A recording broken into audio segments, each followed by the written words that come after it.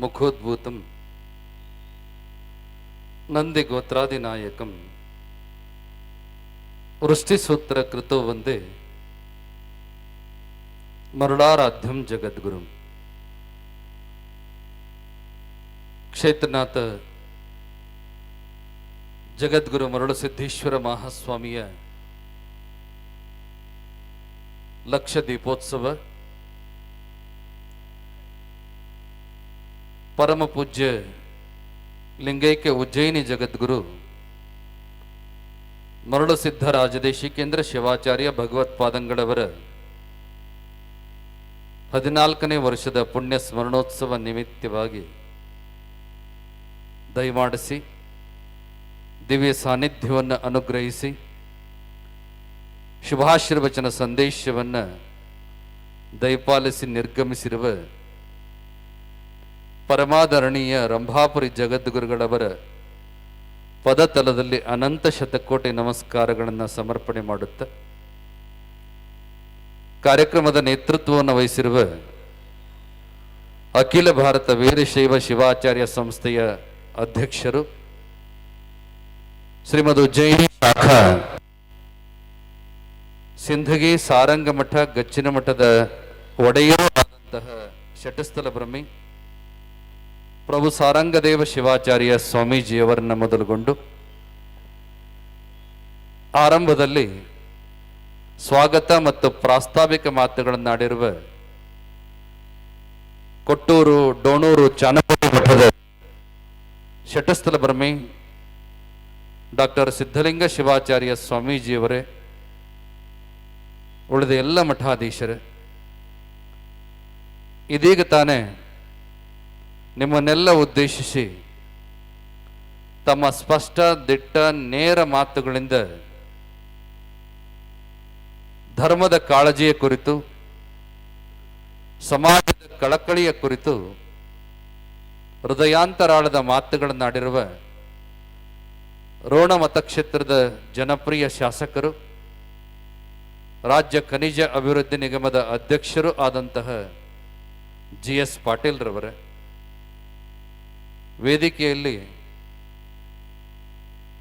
ಉಪಸ್ಥಿತರಿರುವ ಉಜ್ಜಯಿನಿ ಗ್ರಾಮ ಪಂಚಾಯಿತಿಯ ಅಧ್ಯಕ್ಷರನ್ನು ಮೊದಲುಗೊಂಡು ಎಲ್ಲ ಸದಸ್ಯರುಗಳು, ಗೌರವಾನ್ವಿತ ಗಣ್ಯಮಾನ್ಯರೇ, ಕುಮಾರಿ ಮಹನ್ಯ ಪಾಟೀಲ್ ರವರೇ, ಅಪಾರ ಸಂಖ್ಯೆಯಲ್ಲಿ ಆಗಮಿಸಿರುವಂತಹ ಭಕ್ತ ಬಂಧುಗಳೇ, ವಾತ್ಸಲ್ಯ ಮೂರ್ತಿಗಳಾದ ತಾಯಂದಿರೇ, ಸುದ್ದಿ ಮಾಧ್ಯಮದ ಪ್ರತಿನಿಧಿಗಳವರೇ, ಮುದ್ದು ಮಕ್ಕಳೇ,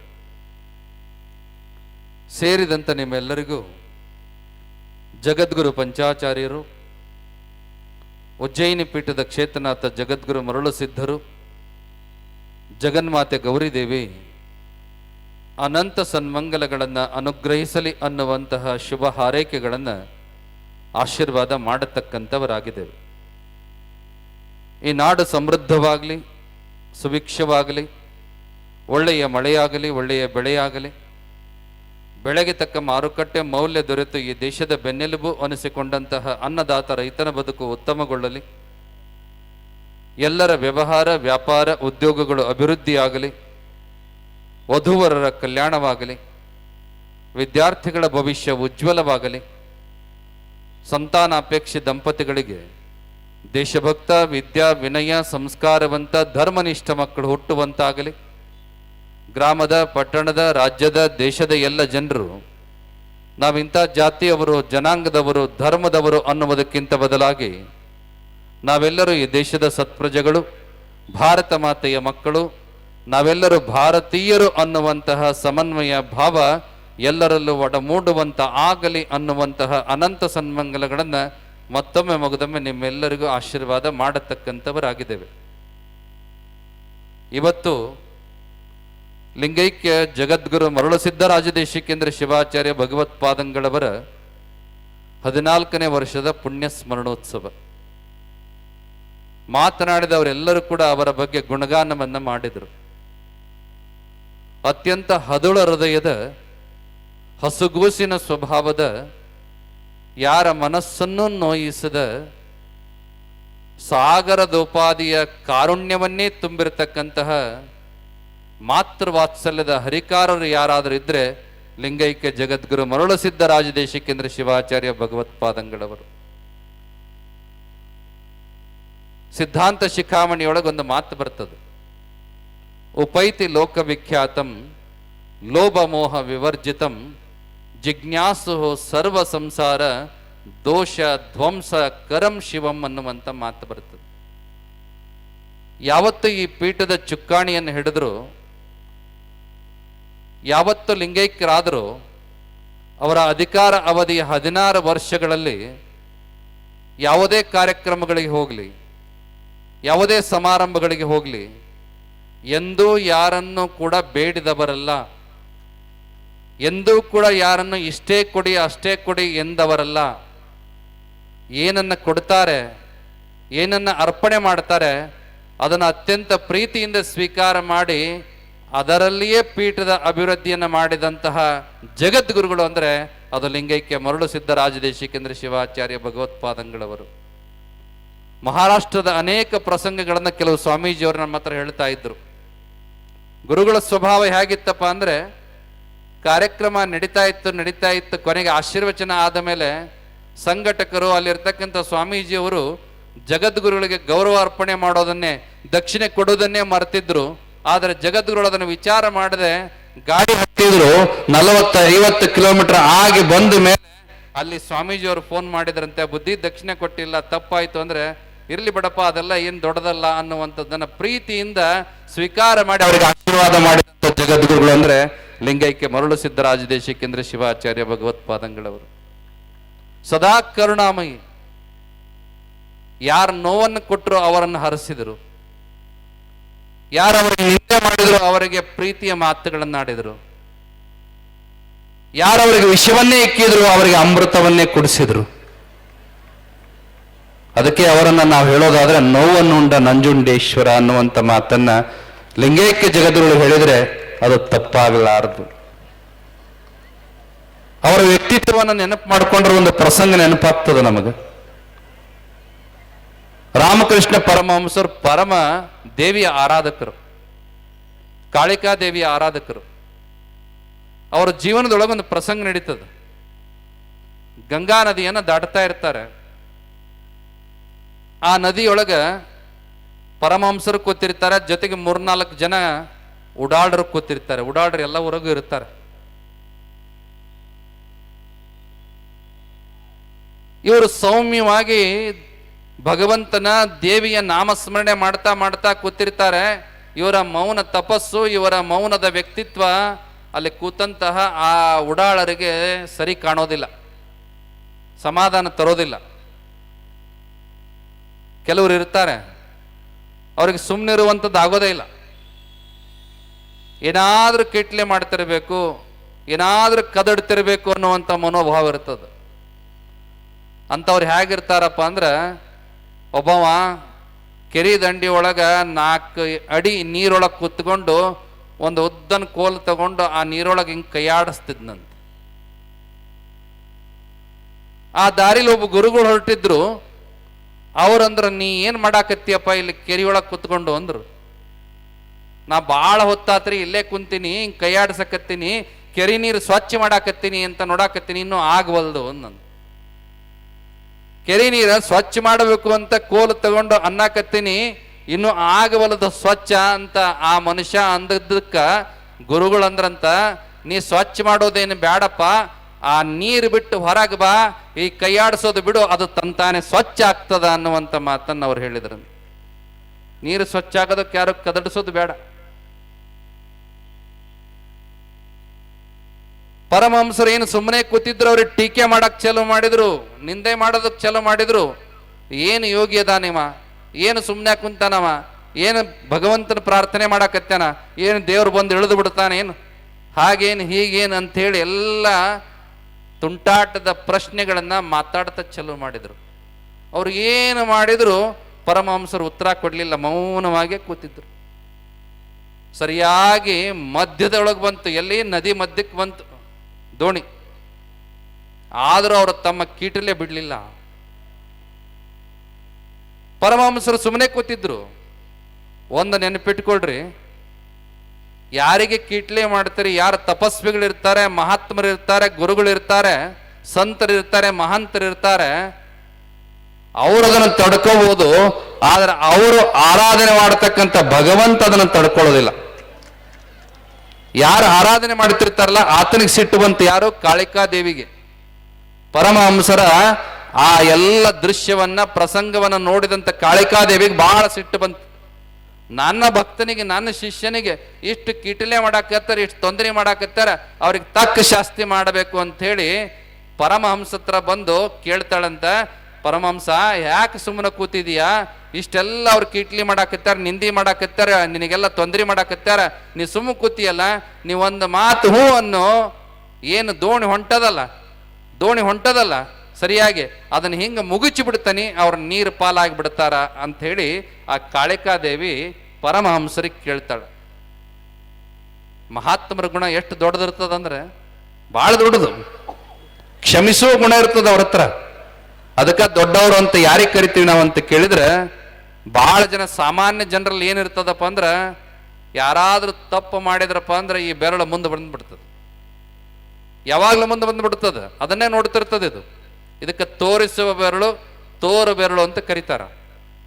ಅದ ತಾನು ತಪ್ಪು ಮಾಡಿದಾಗ ಇನ್ನೊಬ್ಬರು ಅದನ್ನು ತೋರಿಸಬಾರದು ಅಂತ ಚಿಂತೆ ಮಾಡ್ತಾರೆ. ಎಲ್ಲರೂ ಅದನ್ನು ಮುಚ್ಚಿಟ್ಕೊಳ್ಳೋದಕ್ಕೆ ಪ್ರಯತ್ನ ಮಾಡ್ತಾರೆ. ಆದ್ರೆ ಮಹಾತ್ಮರಾದವರು ಇನ್ನೊಬ್ಬರ ತಪ್ಪನ್ನು ಕ್ಷಮಿಸ್ತಾರ, ತಮ್ಮ ತಪ್ಪಿಗೆ ತಾವೇ ಸ್ವತಃ ಶಿಕ್ಷೆ ಅನುಭವಿಸ್ತಾರ. ಅವರನ್ನು ನಾವು ಮಹಾತ್ಮರು ಅಂತ ಕರಿತೀವಿ. ಯಾವಾಗ ಕಾಳಿಕಾದೇವಿ ಹೇಳ್ತಾಳ, ಪರಮಹಂಸ ನೀ ಹೂ ಅನ್ನಬಿಡು, ದೋಣಿ ಮುಗುಚಿಸಿ ಅವ್ರನ್ನ ನೀರು ಪಾಲ್ ಮಾಡಿಬಿಡ್ತೀನಿ ಅಂತಾಳಲ್ಲ, ಅವಾಗ ಪರಮಹಂಸರು ಕೇಳ್ತಾರಂತ, ತಾಯಿ ಹಾಗೆ ಮಾಡಬೇಡ, ನಾನು ನಿನ್ನ ನಿಜವಾದ ಭಕ್ತನೇ ಆಗಿದ್ರೆ, ನಾನು ನಿನ್ನ ನಿಜವಾದ ಆರಾಧಕನೇ ಆಗಿದ್ರೆ, ನಾನೊಂದು ವಿನಂತಿ ಮಾಡ್ಕೋತೀನಿ, ನನ್ನ ಒಂದು ಕೋರಿಕೆ ಅದ, ಅದರಂಗ ನಡೆಸಿಬಿಡು ಸಾಕು ಅಂದ್ರು. ಅದಕ್ಕೆ ತಾಯಿ ಕೇಳ್ತಾಳಂತೆ, ಏನಾಗಬೇಕು? ಏನೂ ಬೇಡ, ನೀ ಅಂದೆಲ್ಲ ಕ್ಷಣ ಮಾತ್ರದೊಳಗೆ ಈ ದೋಣಿ ನಿಂಗೆ ಮುಗುಚಿಸಿ ಏನು ಮಾಡಬೇಕದು ಬುಡಮೇಲೆ ಮಾಡ್ತೀನಿ ಅಂದೆಲ್ಲ, ಅದನ್ನು ಮಾಡಬೇಡ. ಅವರ ಮನಸ್ಸಿನೊಳಗಿರುವ, ಅವರ ಬುದ್ಧಿಯೊಳಗಿರುವ, ಅವರ ಹೃದಯದೊಳಗಿರುವ ಕೆಟ್ಟದ್ದು ಅನ್ನುವಂಥದ್ದನ್ನು ತೆಗೆದುಬಿಡು, ಒಳ್ಳೆಯದನ್ನು ಅದರೊಳಗೆ ಸೇರಿಸಿಬಿಡು ಸಾಕು ಅಂತ ಹೇಳಿದ್ರ. ಇದೇ ಧರ್ಮ. ಧರ್ಮ ಅಂದ್ರೆ ಕೆಟ್ಟವ್ರಿಗೆ ಶಿಕ್ಷೆ ಕೊಡೋದಲ್ಲ, ತಪ್ಪು ಮಾಡಿದವ್ರಿಗೆ ಶಿಕ್ಷೆ ಕೊಡೋದು ಧರ್ಮ ಅಲ್ಲ. ಧರ್ಮ ಅಂದ್ರೆ ಕೆಟ್ಟವರನ್ನು ಕೂಡ ಒಳ್ಳೆಯವರನ್ನಾಗಿ ಪರಿವರ್ತನೆ ಮಾಡತಕ್ಕಂಥದ್ದು ಯಾವುದು, ಅದು ಧರ್ಮ ಅನಿಸ್ಕೊಳ್ಳುತ್ತದೆ. ಅದಕ್ಕೆ ನಾವು ಆಗಾಗ ಹೇಳ್ತಿರ್ತೀವಿ, ಒಬ್ಬ ಒಳ್ಳೆ ಟೀಚರ್ ಅಂದ್ರೆ ಯಾರು ಅಂದ್ರೆ, ಜಾಣ ಹುಡುಗನನ್ನ ರ್ಯಾಂಕ್ ಬರುವಂಗ ಮಾಡೋದು ಒಳ್ಳೆ ಟೀಚರ್ ಗುಣ ಅಲ್ಲ. ಅವ ಜಾಣನೇ ಅದಾನವ. ಒಳ್ಳೆ ಟೀಚರ್ ಸ್ವಭಾವ, ಒಬ್ಬ ಶ್ರೇಷ್ಠ ಗುಣದ ಟೀಚರ್ ಹೇಗಿರ್ಬೇಕು ಅಂದ್ರೆ, ಜಾಣನಾಗಿ ಮಾಡೋದು ದೊಡ್ಡದಲ್ಲ, ದಡ್ಡನನ್ನ ಪಾಸ್ ಆಗೋದೇ ಇಲ್ಲ ಅನ್ನುವಂಥ ವ್ಯಕ್ತಿತ್ವದವನನ್ನ ಪಾಸ್ ಮಾಡುವ ಹಂಗ ಕಲಿಸುವಂಥದ್ದಿದೆಯಲ್ಲ, ಉತ್ತೀರ್ಣನಾಗುವಂತೆ ಮಾಡುವಂಥದ್ದಿದೆಯಲ್ಲ, ಅದು ನಿಜವಾದ ಒಬ್ಬ ಶಿಕ್ಷಕನ ಕರ್ತವ್ಯ ಅನ್ನುವಂಥದ್ದನ್ನು ಮರಿಬಾರದು. ಆಗ ಮರಳುಸಿದ್ದ ಜಗದೊಳಗೆ ಹೇಗಿದ್ರಪ್ಪ ಅಂದ್ರೆ, ನಿಂದೆ ಮಾಡಿದವರನ್ನ, ಟೀಕೆ ಮಾಡಿದವರನ್ನ, ಬೈದವರನ್ನ ಎಲ್ಲರನ್ನು ಕೂಡ ತನ್ನ ಮಕ್ಕಳು ಅನ್ನುವಂಥ ರೀತಿಯೊಳಗ ಮರಳುಸಿದ್ದ. ಅವ್ರಿಗೆ ಒಳ್ಳೇದು ಮಾಡಪ್ಪ ಅನ್ನುವಂಥ ಸದಾಕಾಲ ಪ್ರಾರ್ಥನೆ ಮಾಡತಕ್ಕಂಥ ಒಬ್ಬ ಕ್ಷಮಯಾಧರಿತ್ರಿ ಸ್ವರೂಪದ ಗುರುಗಳು ಯಾರಿದ್ರು ಅಂದ್ರೆ, ಅದು ಲಿಂಗೈಕ್ಯ ಮರಳುಸಿದ್ದ ಜಗದ್ಗುರು ಅವರು ಇದ್ರು. ಬಹಳ ಹೆಮ್ಮೆ ಅನಿಸ್ತದ ನನಗಂತ ಗುರುಗಳು ಸಿಕ್ಕರಲ್ಲ ಅಂತ. ಎಷ್ಟೋ ಗುರುಗಳು ಹೇಗದಾರಪ್ಪ ಅಂದ್ರೆ, ಕಾಲೊತ್ತಿಸ್ಕೊಳೋ ಗುರುಗಳದಾರ, ಅದನ್ನು ತಂದು ಕೊಡೋ ಅನ್ನೋ ಗುರುಗಳದಾರ, ಇದನ್ನು ತಂದು ಕೊಡೋ ಅನ್ನೋ ಗುರುಗಳದಾರ, ಈ ಸೇವೆ ಮಾಡು, ಆ ಸೇವೆ ಮಾಡು, ಅದನ್ನು ಮಾಡಿದ್ರೆ ಇದನ್ನು ಮಾಡ್ತೀನಿ ಅನ್ನುವಂಥ ಗುರುಗಳದಾರ, ಚಮಚಾಗಿರಿ ಮಾಡಿಸ್ಕೊಳ್ಳೋ ಗುರುಗಳದಾರ.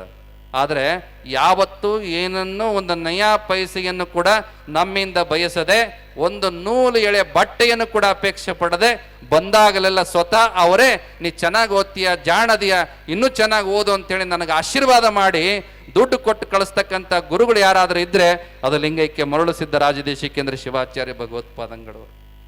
ಎಂದೂ ಏನನ್ನು ಅಪೇಕ್ಷೆ ಪಡಲಿಲ್ಲ. ಅಷ್ಟರ ಮಟ್ಟಿಗೆ ಮಾತ್ರ ವಾತ್ಸಲ್ಯದ ಒಂದು ಹರಿಕಾರರು ಅಂದ್ರೆ ಅವರೇ ಅನ್ನುವಂಥದ್ದು. ಬಹುಶಃ ಎಲ್ಲ ಶಿವಾಚಾರ್ಯರು ಸದಾಕಾಲ ಹೇಳ್ತಿರ್ತಾರೆ, ಬುದ್ಧಿ ಅಂತವರು ಹೇಗಿದ್ರು ಗುರುಗಳು, ಎಷ್ಟು ಪ್ರೀತಿ, ಎಷ್ಟು ವಿಶ್ವಾಸ, ಎಷ್ಟು ಮಮತೆ. ಕಾಶಿಯೊಳಗಿದ್ದಾಗಂತ ಅವ್ರು ಓದಬೇಕಾದ್ರೆ ಅವ್ರ ಜೊತೆಗಿದ್ದಂಥ ಸಹಪಾಠಿಗಳಿಗೂ ಹೇಳ್ತಿರ್ತಾರೆ, ಅಡುಗೆ ಮಾಡೋದ್ರೊಳಗೆ ಭಾಳ ಎಕ್ಸ್ಪರ್ಟ್ ಅವರು ಗುರುಗಳು. ಸ್ವತಃ ಎಲ್ಲರಿಗೂ ಇವತ್ತು ಇದನ್ನು ಮಾಡ್ತೇನೆ, ಇವತ್ತು ರಜೆ ಆಯ್ತು ಬರ್ರಿ ಇದನ್ನು ಮಾಡ್ತೇನೆ ಅಂಥೇಳಿ ಅಡಿಗೆ ಮಾಡಿ ಎಲ್ಲರಿಗೂ ಉಣಿಸಿ ತಾವ ಸ್ವತಃ ನೀಡತಕ್ಕಂಥ ಒಂದು ಮಾತೃವಾತ್ಸಲ್ಯದ ಅನ್ನಪೂರ್ಣ ಸ್ವಾಕಾರ ಮೂರ್ತಿ ಯಾರಿದ್ರಪ್ಪ ಅಂದರೆ ಲಿಂಗೈಕ್ಯ ಮರುಳುಸಿದ್ಧ ರಾಜದೇಶಿಕೇಂದ್ರ ಶಿವಾಚಾರ್ಯ ಭಗವತ್ಪಾದಂಗಳು. ಬಹುಶಃ ಉಜ್ಜಯಿನಿಯ ಪುಣ್ಯದ ಭಾಗ್ಯ ಅಷ್ಟೇ ಇತ್ತು ಅನ್ನಿಸ್ತದೆ. 16 ವರ್ಷ, 46 ವಯಸ್ಸು, ಭಾಳ ಕಡಿಮೆ ವಯಸ್ಸು. ಅವರನ್ನು ಮೊದಲಿಗೆ ನೋಡಿದವರಿಗೆಲ್ಲ ಗೊತ್ತಿತ್ತು ಹೇಗಿದ್ದರಪ್ಪ ಅಂದ್ರೆ ಅವ್ರು ಆ್ಯಪಲ್ ಅಂದರೆ ಸೇಬು ಹಣ್ಣಿನ ಥರದ ಇದ್ರು. ಎಲ್ಲಾದ್ರೂ ಉತ್ಸವ ನಡೀತಿದ್ರೆ ಗುಂಡನೆಯ ಮುಖ, ಆ ಕಿರೀಟಕ್ಕೆ ಆ ದೇಹ, ಆ ಶಿರ ಸರಿಯಾದ ರೀತಿಯೊಳಗೆ ಸೂಕ್ತವಾಗಿ ಅದು ಐತೇನೋ ಅನ್ನುವಷ್ಟರ ಮಟ್ಟಿಗೆ ಅವರ ರೂಪ, ಅವರ ಕಾಂತಿ, ಅವರ ಆ ನೋಟ, ಆ ಗಾಂಭೀರ್ಯ ಇರುವಂಥದ್ದನ್ನು ನೋಡ್ತಿದ್ವಿ. ಆ ನಂತರದೊಳಗೆ ಅವರ ಅನಾರೋಗ್ಯದ ಪರಿಸ್ಥಿತಿಯೊಳಗೆ ಅವರನ್ನು ನೋಡೋದಕ್ಕೆ ಬಹುಶಃ ಯಾರ ಕಣ್ಣಿಗೂ ಅದು ಸಹ್ಯ ಆಗ್ತಿರಲಿಲ್ಲ ಅನ್ನುವಂಥದ್ದನ್ನು ಕೂಡ ಈ ಸಂದರ್ಭದಲ್ಲಿ ನೆನಪಿಸಿಕೊಳ್ಳಬೇಕು. ಆದರೆ ಕಾಲನ ಕರೆ ಯಾರೂ ಕೂಡ ಅದನ್ನು ತಿರಸ್ಕರಿಸೋದಕ್ಕಾಗೋದಿಲ್ಲ. ಬಹುಶಃ ನಾವು ಪ್ರಾರ್ಥನೆ ಮಾಡೋದಿಷ್ಟೇ, ಆ ಶಿವಗಣ ಪದವಿಯಲ್ಲಿ ಒಂದಾಗಿ ಅಲ್ಲೇ ಇದ್ದುಕೊಂಡು ನಮ್ಮನ್ನು ಸದಾಕಾಲ ಹರಿಸಬೇಕು ಅನ್ನುವಂಥ ವಿನಂತಿಯ ಪ್ರಾರ್ಥನೆಯನ್ನು ಮಾತ್ರ ಅವರಲ್ಲಿ ನಾವು ಮಾಡೋದಕ್ಕೆ ಬಯಸ್ತೇವೆ. ಇವತ್ತು ಏನೇ ಮಾಡಿದ್ರು ಕೂಡ ಅದು ಅಲ್ಪವಾದ ಕಾರ್ಯ. ನಾವು ಮಾಡಿದ್ದೀವಂತ ಯಾವತ್ತೂ ಕೂಡ ಯಾವ ಆಶೀರ್ವಚನದಲ್ಲೂ ನಾವು ಹೇಳಿಲ್ಲ. ಇಲ್ಲಿ ಏನೇ ನಡೆದಿದ್ರು, ನಡೀತಾ ಇದ್ರು, ಮುಂದೇನೇ ನಡೆಯೋದಿದ್ರು ಅದು ಮರಳು ಸಿದ್ಧನ ಆಶೀರ್ವಾದ, ಮರಳು ಸಿದ್ಧ ಜಗದ್ಗುರುಳವರ ಆಶೀರ್ವಾದ ಅನ್ನುವಂಥ ಮಾತನ್ನು ಭಾಳ ಹೃದಯ ತುಂಬಿ ನಾವಾದರೂ ಕೂಡ ಹೇಳೋದಕ್ಕೆ ಬಯಸ್ತೇವೆ. ಅಂತಹ ಮಹಾಜಗದ್ಗುಳ ಆಶೀರ್ವಾದ ನಿಮ್ಮೆಲ್ಲರ ಮೇಲೆ ಸದಾಕಾಲ ಇರಲಿ ಅನ್ನುವಂಥ ಮಾತನ್ನು ಈ ಸಂದರ್ಭದಲ್ಲಿ ಹಾರೈಸಿ, ಲಕ್ಷ ದೀಪೋತ್ಸವ ಕಾರ್ಯಕ್ರಮಕ್ಕೆ ನೀವೆಲ್ಲ ಬಂದಿದ್ದೀರಿ. ಮರಳು ಸಿದ್ಧನ ಆ ಲಕ್ಷ ದೀಪೋತ್ಸವದ ಜ್ಯೋತಿಯ ಬೆಳಕು ನಿಮ್ಮೆಲ್ಲರ ಬದುಕಿನ ಬೆಳಕಾಗಿ, ನಿಮ್ಮೆಲ್ಲರ ಬಾಳಲ್ಲಿ ಒಂದು ಸನ್ಮಾರ್ಗದ ಬೆಳಕನ್ನು ತೋರಿಸುವಂಥ ದೀವಿಗೆ ಆಗಲಿ ಅನ್ನುವಂಥ ಮಾತನ್ನು ಈ ಸಂದರ್ಭದಲ್ಲಿ ಹಾರೈಸಿ, ವಿಶೇಷವಾಗಿ ಇವತ್ತಿನ ಕಾರ್ಯಕ್ರಮ ಸರ್ವಾಂಗ ಸುಂದರವಾಗಿ ನಡ್ಕೊಂಡು ಬಂದದ.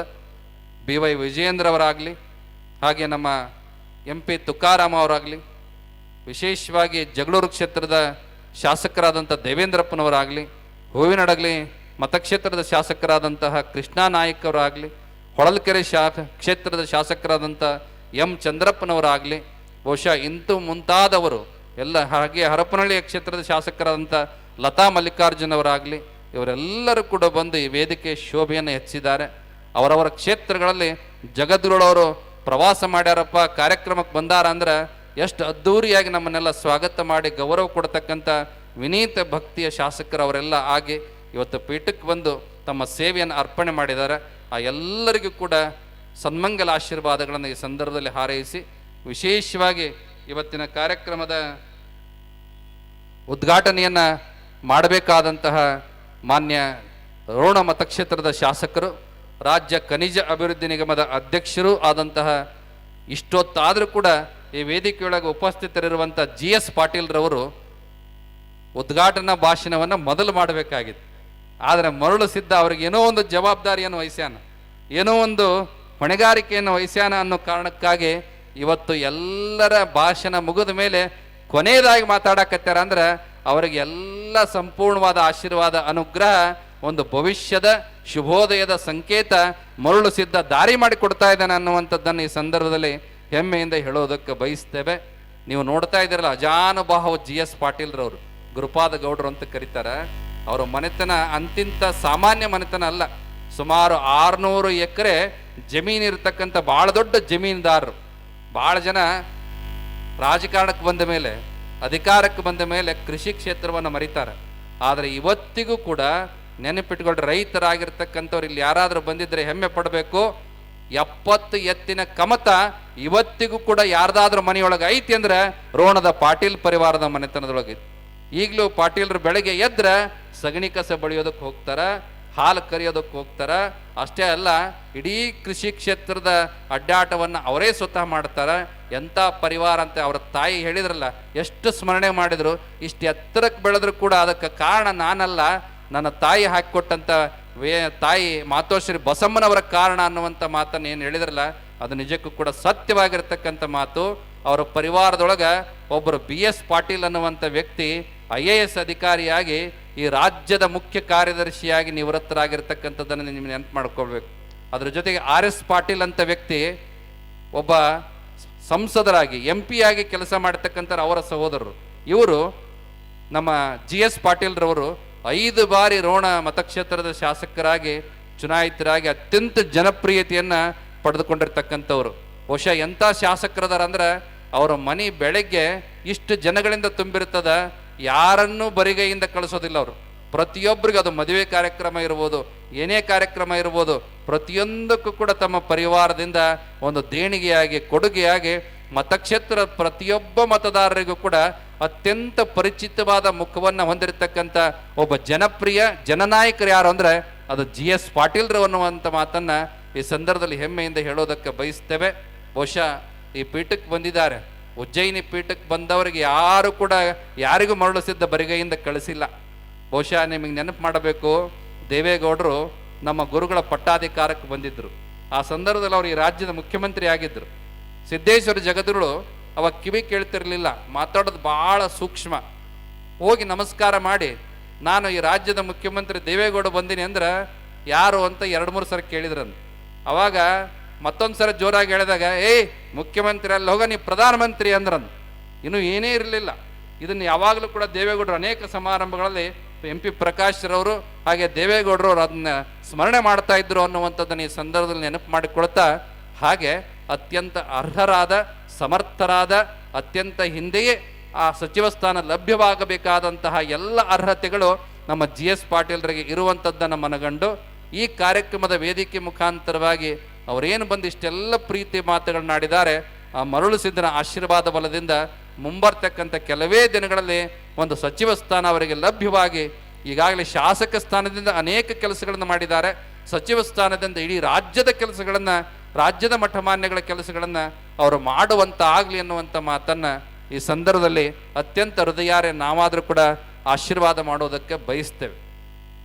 ಈಗಾಗಲೇ ರಂಭಾಪುರಿ ಜಗದ್ಗುರುವರ ದಸರಾ ದರ್ಬಾರ್ ಇರಬಹುದು, ಪೀಠದಲ್ಲಿ ಅನೇಕ ಭೌತಿಕ ಕಟ್ಟಡಗಳ ನಿರ್ಮಾಣ ಇರಬಹುದು, ಶ್ರೀಶೈಲ ಪೀಠದಲ್ಲಿ ನಡೀತಕ್ಕಂತಹ ಯಾತ್ರಿ ನಿವಾಸದ ಕಟ್ಟಡದ ಕುರಿತಾಗಿರ್ಬೋದು, ತಮ್ಮ ಪರಿವಾರದಿಂದ ಅತ್ಯುತ್ತಮವಾಗಿರತಕ್ಕಂಥ ಸೇವೆಯನ್ನು ಮಾಡಿದಂಥ ಪರಿವಾರ ಪಾಟೀಲ್ ಪರಿವಾರದವರು.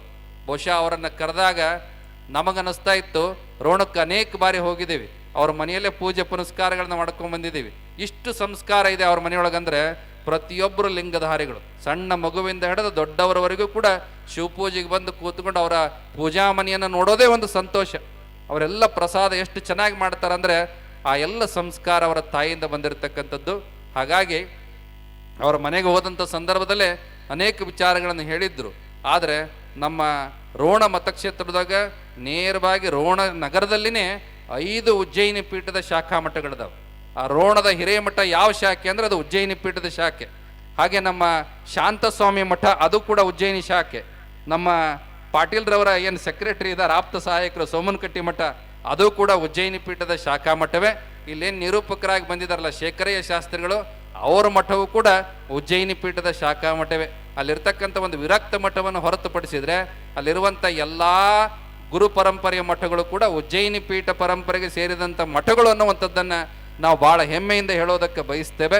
ಹಾಗಾಗಿ ನಾವು ಅನ್ಕೊಳ್ತೀವಿ ಪಾಟೀಲ್ರು ಇವತ್ತಿನಿಂದ ಅಲ್ಲ ಯಾವತ್ತಿನಿಂದನೂ ಕೂಡ ಉಜ್ಜಯಿನಿ ಪೀಠದ ಶಿಷ್ಯರೇ ಅನ್ನುವಂಥದ್ದನ್ನು. ಅದು ಹೇಮರೆಡ್ಡಿ ಮಲ್ಲಮ್ಮನ ಒಕ್ಕಲು ಅವರಿಗೆ ನಿಜವಾದ ಸಂಪತ್ತನ್ನು, ಆ ತಾಯಿಯ ಸಂಸ್ಕಾರವನ್ನು ಕೊಟ್ಟದ. ಅದರ ಜೊತೆಗೆ ಉಜ್ಜಯಿನಿ ಪೀಠದ ಸಂಪತ್ತನ್ನು ಕೊಟ್ಟು ಅಧಿಕಾರವನ್ನು ಕೂಡ ನೀಡುವಂತ ಆಗಲಿ ಎನ್ನುವಂಥ ಮಾತನ್ನು ಈ ಸಂದರ್ಭದಲ್ಲಿ ಆಶೀರ್ವಾದ ಮಾಡುತ್ತಾ ಅವರ ಅಪೇಕ್ಷೆಯನ್ನು ವ್ಯಕ್ತಪಡಿಸಿದ್ದಾರೆ. ಅವರ ತಾಯಿ ಹೆಸರಿನೊಳಗೆ ಏನಾದರೂ ಒಂದು ಉಜ್ಜಯಿನಿ ಪೀಠದೊಳಗೆ ನಾನು ಮಾಡಬೇಕು ಅನ್ನುವಂಥದ್ದನ್ನು ನಾವು ಯಾವುದೇ ಕಾರಣಕ್ಕೂ ಕೂಡ ಏನನ್ನೂ ಅವರಿಗೆ ಇಷ್ಟೇ ಮಾಡ್ರಿ ಅಷ್ಟೇ ಮಾಡ್ರಿ ಯಾರಿಗೂ ಕೂಡ ಕೇಳಿಲ್ಲ, ಇವರಿಗೂ ಕೇಳೋದಿಲ್ಲ.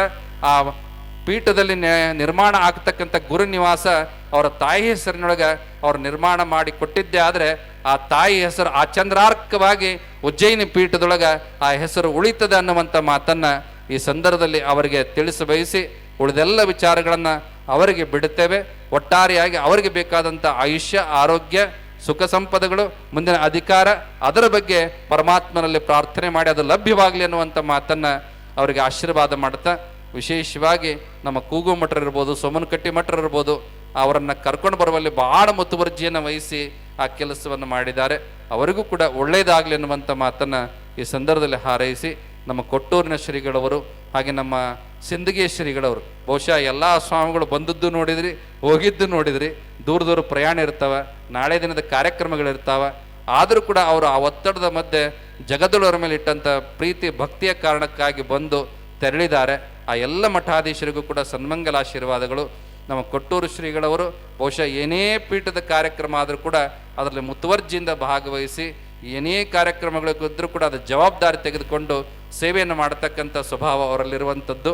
ನಮ್ಮ ಸಿಂದಗಿ ಮಠ, ಅದು ಕೂಡ ಉಜ್ಜಯಿನಿ ಪೀಠದ ಶಾಖಾ ಮಠ, ಭಾಳ ವಿಶೇಷವಾದ ಒಂದು ಪದವಿಯನ್ನು ಬಹುಶಃ ಅಖಿಲ ಭಾರತ ವೀರಶೈವ ಶಿವಾಚಾರ್ಯ ಸಂಸ್ಥೆ ಪ್ರಾರಂಭ ಆದಾಗಿನಿಂದ ಇಲ್ಲಿಯವರೆಗೂ ಕೂಡ ರಂಭಾಪುರಿ ಪೀಠದ ಶಾಖಾನುವರ್ತಿಗಳೇ ಅದಕ್ಕೆ ಅಧ್ಯಕ್ಷರಾಗ್ತಾ ಬಂದಿರತಕ್ಕಂಥದ್ದು ಇರುವಂಥದ್ದನ್ನು ದಾಖಲೆಯನ್ನು ಮುರಿದಂತಹ ಕೀರ್ತಿ ಯಾರಿಗೆ ಸಲ್ತದಂದ್ರೆ ನಮ್ಮ ಡಾಕ್ಟರ್ ಪ್ರಭುಸಾರಂಗದೇವ ಶಿವಾಚಾರ್ಯ ಸ್ವಾಮೀಜಿಯವರಿಗೆ ಸಲ್ತದೆ. ಒಂದು ಅರ್ಥದೊಳಗೆ ಆ ಸಂಸ್ಥೆಗೆ ಏನೋ ಒಂದು ಹೊಸ ಚೈತನ್ಯ, ಹೊಸತನ ಬಂದಿದೆ ಅನ್ನುವಂಥದ್ದು.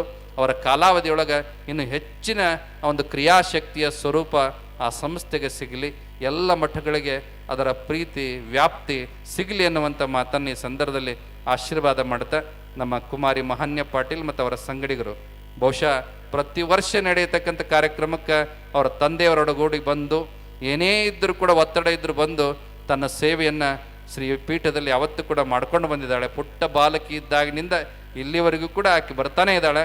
ಆಕೆಯ ಗಾಯನ ಪ್ರತಿಭೆ, ಆಕೆಯ ಪ್ರತಿಭೆಯ ವಿಕಾಸ ದಿನದಿಂದ ದಿನಕ್ಕೆ ಆಗ್ತಾ ಇದೆ. ಬಹುಶಃ ಈ ಚಿಕ್ಕ ವಯಸ್ಸಿಗೆ ಒಂದು ರಾಕ್ಷಸ ಪ್ರತಿಭೆ.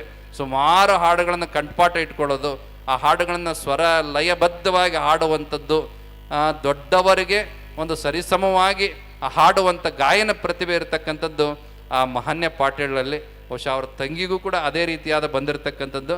ಆ ಇಡೀ ಪರಿವಾರಕ್ಕೆ ಒಳ್ಳೆಯದಾಗಲಿ, ಜೊತೆಗೆ ಬಂದಿರತಕ್ಕಂತಹ ತಾಯಿಗೂ ಕೂಡ ಒಳ್ಳೆಯದಾಗಲಿ ಅನ್ನುವಂಥ ಮಾತನ್ನು ಈ ಸಂದರ್ಭದಲ್ಲಿ ಹಾರೈಸಿ, ವೇದಮೂರ್ತಿ ಶೇಖರಯ್ಯ ಶಾಸ್ತ್ರಿಗಳು ತಮ್ಮೆಲ್ಲ ಕೆಲಸದ ನಡುವೆ ಬಂದು ಪೀಠದ ಸೇವೆಯನ್ನು ಮಾಡತಕ್ಕಂಥ ನಿಟ್ಟಿನಲ್ಲಿ ಇವತ್ತು ಸಭಾ ಸಂಚಾಲನೆ ಭಾಳ ಅತ್ಯುತ್ತಮವಾಗಿ ಸುಂದರವಾಗಿ ನಿರೂಪಣೆ ಮಾಡಿದ್ದಾರೆ. ಅವರಿಗೂ ಕೂಡ ಒಳ್ಳೆಯದಾಗಲಿ. ನಮ್ಮ ಗ್ರಾಮ ಪಂಚಾಯತಿ ಅಧ್ಯಕ್ಷರನ್ನು ಮೊದಲುಗೊಂಡು ಸದಸ್ಯರೆಲ್ಲರೂ ಕೂಡ ವೇದಿಕೆ ಒಳಗಿದ್ದಾರೆ, ಅನೇಕ ಮುಖಂಡರಿದ್ದಾರೆ, ಅವರೆಲ್ಲರಿಗೂ ಕೂಡ ಒಳ್ಳೆಯದಾಗಲಿ. ನಾಡಿನೆಲ್ಲೆಡೆಯಿಂದ ಅನೇಕ ಜನ ಬಂದಿದ್ದಾರೆ, ಆ ಎಲ್ಲ ಭಕ್ತರಿಗೂ ಕೂಡ ಮರಳಿಸಿದ ಆಶೀರ್ವಾದ ಸಿಗಲಿ ಅನ್ನುವಂಥ ಮಾತನ್ನು ಹಾರೈಸಿ, ನಿನ್ನೆ ದಿನ ನಾವು ಹೇಳಿ ಹೋಗಿದ್ವಿ ಕಾರ್ಯಕ್ರಮ ಮುಂದುವರಿಬೇಕು ಅಂಥೇಳಿ. ಆರಕ್ಷಕ ಇಲಾಖೆ ಬಂದು ಅದನ್ನು ನಿಲ್ಲಿಸಿದ್ರು ಅನ್ನುವಂಥ ವಿಚಾರ ಗೊತ್ತಾಯಿತು. ಆದರೆ ಇವತ್ತು ಯಾವುದೇ ಕಾರಣಕ್ಕೂ ಕೂಡ ಹಾಗಾಗೋದಿಲ್ಲ, ನಾವು ಅದಕ್ಕೆ ಅವಕಾಶ ಕೊಡೋದಿಲ್ಲ. ಎಲ್ಲರೂ ಇರಬೇಕು. ಮಹಾನ್ಯ ಪಾಟೀಲ್ ತೃಪ್ತಿಯಾಗುವ ರೀತಿಯೊಳಗೆ ನಿಮ್ಮೆಲ್ಲರಿಗೂ ಕೂಡ ಆ ಗಾಯನ ಸುದೆಯನ್ನು ಉಣಿಸ್ತಾಳೆ ಅನ್ನುವಂಥದ್ದು.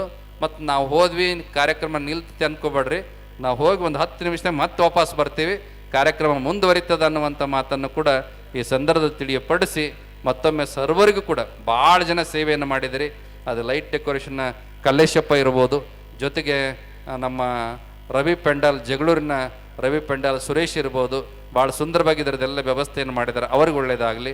ಇದೆಲ್ಲದರ ಜೊತೆಗೆ ಒಂದು ವಿಶೇಷವಾದ್ದು ನೀವೆಲ್ಲ ನೋಡಿದಿರಿ, ಮತ್ತು ಮೆಕ್ಯಾನಿಕಲ್ ಎಲಿಫೆಂಟ್ ಅಂದರೆ ಯಾಂತ್ರೀಕೃತವಾದಂಥ ರೋಬೋಟ್ ಆನೆಯನ್ನು ನಮ್ಮ ಪೀಠ ಮತ್ತು ಕುಪಾ ಸಂಘಟನೆಯವರು ಇವತ್ತು ಪೀಠಕ್ಕೆ ಒದಗಿಸಿಕೊಟ್ಟಿದ್ದಾರೆ.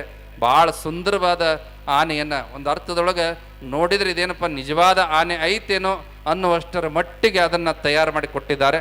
ಆ ಕುಪಾ ಮತ್ತು ಪೀಠ ಸಂಘಟನೆಯವರಿಗೆ ಪೀಠದ ಪರವಾಗಿ ವಿಶೇಷವಾಗಿರತಕ್ಕಂಥ ಅಭಿನಂದನೆಗಳನ್ನು ಈ ಸಂದರ್ಭದಲ್ಲಿ ನಾವಾದರೂ ಕೂಡ ಮಾಡೋದಕ್ಕೆ ಬಯಸ್ತೇವೆ. ಇನ್ನೊಂದು ಹೊಸ ವಿಚಾರ ಏನಪ್ಪ ಅಂತ ಕೇಳಿದರೆ, ಉಜ್ಜಯಿನಿ ಪೀಠದ ವತಿಯಿಂದ IAS ಮತ್ತು KAS ತರಬೇತಿ ಕೇಂದ್ರ ಇಲ್ಲಿ ಪ್ರಾರಂಭ ಆಗಿರ್ತಕ್ಕಂಥದ್ದು. ನಮ್ಮ ಓಂಕಾರ ಪಟೇಲ್ ಅಂತ ಇಲ್ಲಿ ಮುಂದೆ ಬರ್ರಿ ಸ್ವಲ್ಪ, IAS ಆಫೀಸರ್ ಅವರು. ಆದರೆ ಆ ಅಧಿಕಾರಿ ಹುದ್ದೆಯನ್ನು ತೊರೆದು ನಾನು ಏನಾದರೂ ಸಮಾಜಕ್ಕೆ ಕೊಡುಗೆಯಾಗಿ ನೀಡಬೇಕು ಅಂತೇಳಿ ಒಬ್ಬ ಶ್ರೇಷ್ಠ ತರಬೇತರಾಗಿ ಸ್ಪರ್ಧಾ ಮಿತ್ರ ಅಂತ ನೀವು ಕೇಳಿರ್ಬೋದು. ಅದು ಮಾಸಿಕವಾದ ಸಂಚಿಕೆ. ಆ ಸಂಚಿಕೆ ಮುಖಾಂತರವಾಗಿ ಬೆಂಗಳೂರು, ದಾವಣಗೆರೆ, ಇನ್ನು ಅನೇಕ ಕಡೆ, ಗುಲ್ಬರ್ಗ, ಅನೇಕ ನಗರಗಳಲ್ಲಿ ಆ ಸ್ಪರ್ಧಾ ತರಬೇತಿ ಕೇಂದ್ರವನ್ನು ಮಾಡಿ ಸುಮಾರು ಅವರ ಸಂಸ್ಥೆಯಿಂದ ನೂರಾರು ಅಭ್ಯರ್ಥಿಗಳನ್ನು IAS ಅಭ್ಯರ್ಥಿಗಳನ್ನು ಮಾಡಿದ್ದಾರೆ, KAS ಅಭ್ಯರ್ಥಿಗಳನ್ನು ಮಾಡಿದ್ದಾರೆ. ವಿಶೇಷ ಏನಪ್ಪ ಅಂದ್ರೆ ಅವರು ಉಜ್ಜಯಿನಿ ಪೀಠದ ಶಿಷ್ಯರು. ಉಜ್ಜಯಿನಿ ಪೀಠದ ಶಿಷ್ಯರು.